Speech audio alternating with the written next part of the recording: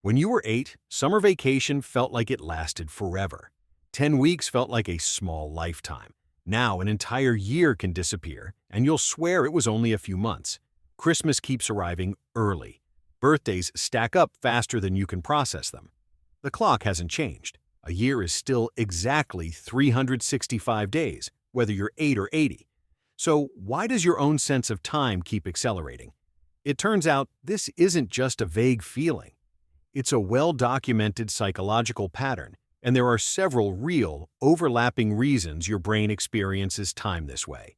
The oldest and most cited explanation goes back further than you'd expect, to 1877, and a French philosopher named Paul Janet, who proposed what's now called proportional theory.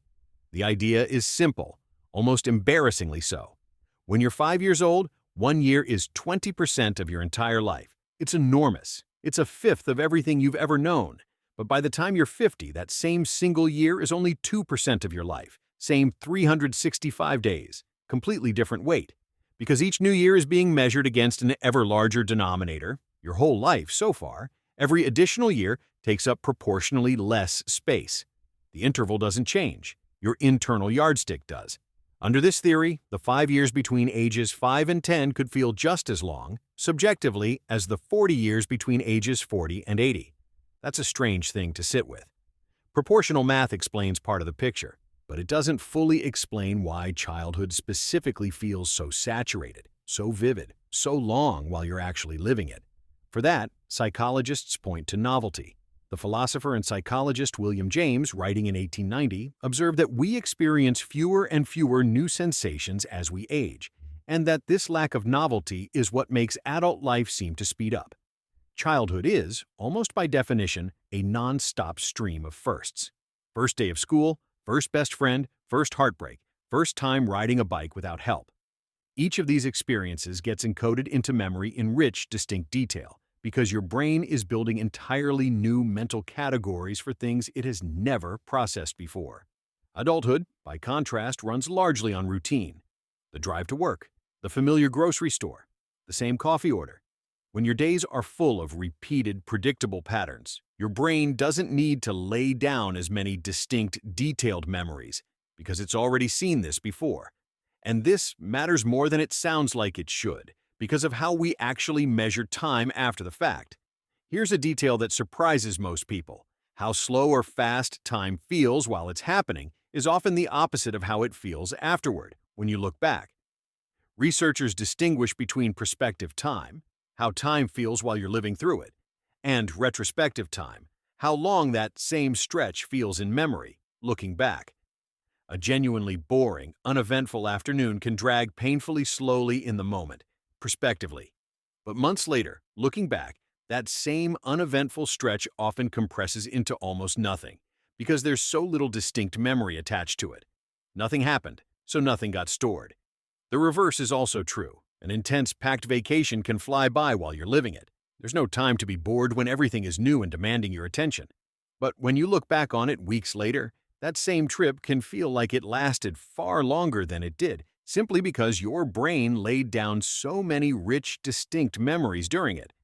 Researcher Ruth Ogden has documented a version of this called the holiday paradox, and a related effect where the majority of people report that holidays like Christmas seem to arrive earlier every single year, an effect that appears to strengthen the older people get.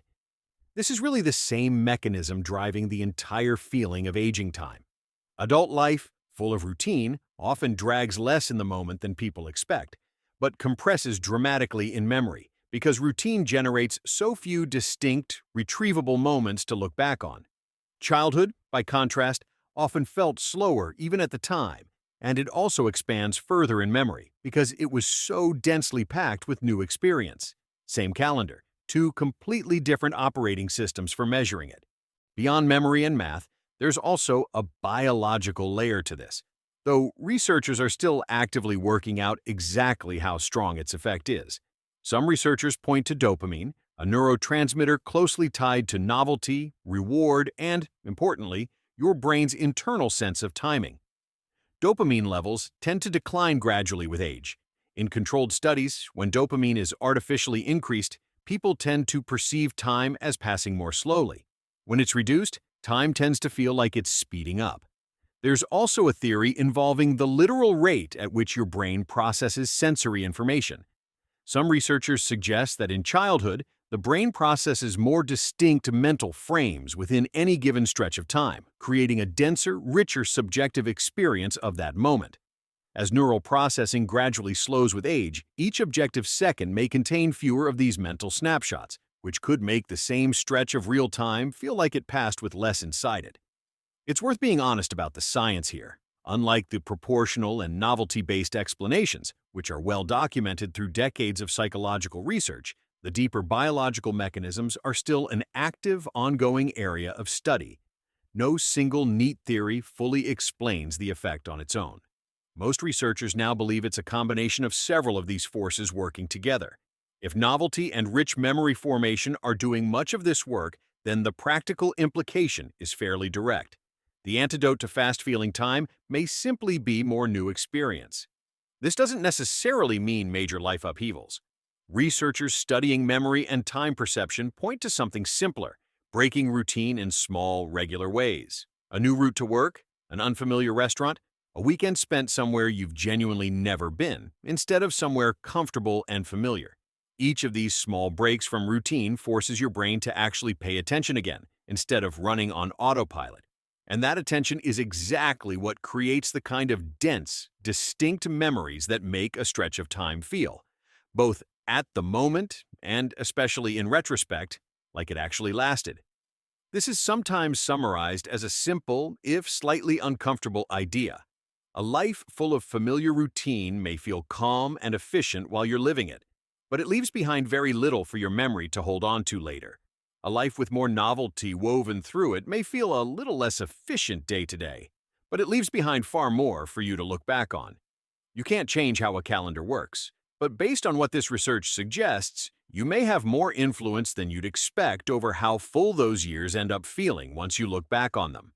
Time itself never speeds up. The Earth keeps circling the sun at exactly the same pace it always has. What changes is you. The proportion of your life each year now represents how much new experience you're feeding your memory and how richly your brain is recording the moments you're actually living through, which means the sense that life is rushing past isn't really a complaint about time. It's a quiet signal about how much of it is actually being noticed. If you found this interesting, there's more like it coming. See you in the next one.